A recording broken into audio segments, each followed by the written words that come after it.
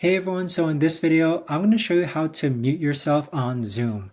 So this is going to be particularly useful for individuals. Maybe you're listening in on a meeting and you want to go ahead and mute yourself just because you have to cough or sneeze. This has happened to me multiple times, guys. So either way, this video is going to be short, sweet, and simple. There's not going to be a lot of steps involved.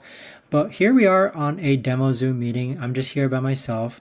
Now, in order to actually mute yourself, on the bottom left-hand corner, you're going to see your auto wave appear, and you see what I'm talking, the green wave kind of like toggles up and down. You're just going to click on audio, and that is how you're actually going to mute yourself on Zoom.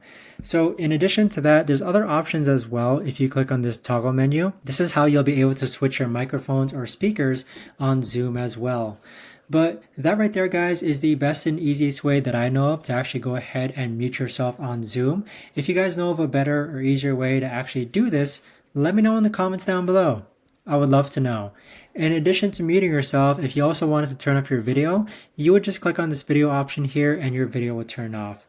But thanks so much for watching, everyone, and I'll see you guys all in the next video.